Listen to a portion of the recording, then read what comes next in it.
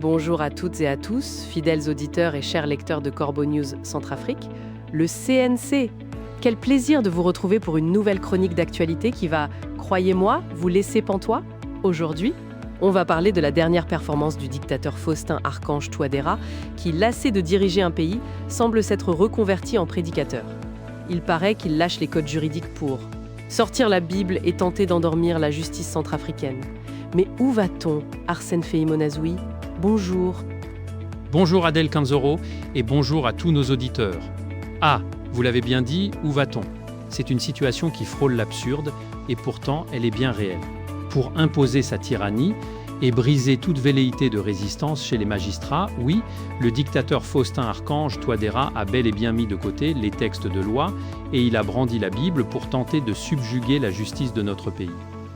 Un dictateur qui se prend pour un pasteur, c'est du jamais vu. C'est la nouvelle tactique pour soumettre les juges, c'est ça, Arsène Feïmo-Nazouy, la culpabilisation religieuse après l'intimidation militaire. Exactement Adèle Kanzoro. Le spectacle de la rentrée judiciaire à Bangui a touché des sommets de ridicule et de manipulation psychologique. Ne pouvant plus dissimuler l'effondrement de son système politique, l'empereur Faustin Archange Touadéra a troqué ses habits de chef d'État pour se muer en prêcheur de caniveau. Une dérive mystique tout à fait surréaliste destinée à soumettre les derniers juges indépendants du pays par la culpabilisation religieuse. Un prêcheur de caniveau. Le terme est fort, Arsène Feïmo-Nazouy, mais il semble juste. Et qu'est-ce qu'il a bien pu sortir de sa bouche pour tenter d'embobiner nos magistrats? Il a cité la Bible, carrément? Oui, Adèle Kanzoro, carrément. Pour endormir son auditoire et fuir ses propres responsabilités constitutionnelles, le dictateur Faustin Archange Touadéra a osé lancer du haut de la tribune, je cite, « Mesdames et messieurs les magistrats et juges, je voudrais conclure en vous rappelant que l'exercice de votre fonction est une charge sacrée. Les Saintes Écritures nous rappellent avec force que le premier bouclier d'un serviteur de la justice est son intégrité. Vous trouverez cela dans le Proverbe verset 3. En refusant les détours de la corruption et de la complaisance, en choisissant la voie de l'impartialité absolue, vous n'attirerez pas seulement le respect de vos concitoyens, vous attirerez sur vous, sur vos carrières et sur vos familles respectives, la protection divine et la paix de l'esprit. » Fin de citation. La protection divine et la paix de l'esprit? Mais Arsène Feïmo-Nazouy, c'est d'un cynisme achevé. L'empereur Faustin Archange Touadéra, celui-là même qui piétine notre constitution avec l'aide de ses mercenaires russes, ose parler d'intégrité et de protection divine, c'est une insulte à l'intelligence de nos magistrats.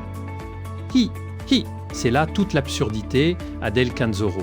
Ce prêche moralisateur est d'un cynisme éhonté, en agitant les versets bibliques et en promettant la protection divine. Le locataire du palais de la Renaissance tente de jeter un voile religieux sur la vassalisation de l'appareil judiciaire, exiger une droiture divine de la part de magistrats précarisés, terrorisés et surveillés de près, alors que le sommet de l'État a lui-même piétiné la Constitution pour s'octroyer un pouvoir à vie, avec la complicité des mercenaires russes, relève d'une hypocrisie monstrueuse. Le premier pilleur des lois de la République demande aux juges d'avoir peur de Dieu pour mieux les forcer à obéir à ses propres décrets tyranniques. Le premier pilleur des lois? Voilà comment il devrait être désigné, et il ne s'arrête pas là, n'est-ce pas? Il a dû tenter de sacraliser cette soumission qu'il cherche à imposer. Vous avez encore tout compris, Adèle Kanzoro. Faustin Archange Touadéra a enfoncé le clou en cherchant à sacraliser la soumission des hommes en robe rouge. Je cite, « Un magistrat intègre ne craint ni les pressions ni les menaces, car sa conscience est libre et son action guidée par la vérité, que cette rentrée judiciaire soit pour chacun de vous l'occasion de renouveler son pacte de droiture avec votre conscience et avec le Créateur pour le salut de notre nation. » Fin de citation. Un magistrat intègre ne craint ni les pressions, ni les menaces, mais dans la réalité, Arsène Feïmo-Nazouy, qu'est-ce qui arrive à un magistrat qui refuse d'obéir aux ordres de l'empereur Faustin Archange Touadéra? Il ne rencontre pas la colère divine, il rencontre la violence de ce régime. Absolument, Adèle Kanzoro, cette rhétorique dénuée de courage vise à rejeter la faute sur les juges s'ils plient aux pressions politiques. Dans la réalité de la vie république, le magistrat qui refuse de suivre les ordres du clan de l'empereur ou de couvrir les exactions des forces d'occupation russes ne fait pas face à la colère divine, mais bien à la violence terrestre du régime, limogeage immédiat, menaces de mort et persécutions. Utiliser le livre des Proverbes pour exiger l'héroïsme des magistrats, tout en protégeant les réseaux mafieux qui pillent les ressources nationales, est une insulte ouverte à l'intelligence du peuple centrafricain. La justice n'a pas besoin de pasteurs corrompus au sommet de l'État. Elle a besoin de liberté constitutionnelle que ce régime s'acharne à détruire. Des libertés constitutionnelles, voilà ce dont notre justice a besoin, et non des prêches hypocrites d'un dictateur. Merci beaucoup Arsène Feïmo-Nazoui pour ce décryptage précis et incisif. Merci à vous Adèle Kanzoro. Et pour nos auditeurs qui souhaitent retrouver l'intégralité de cet article rédigé par notre directeur de publication, Monsieur Alain Nzilo, rendez-vous sur le site de Corbeau News Centrafrique.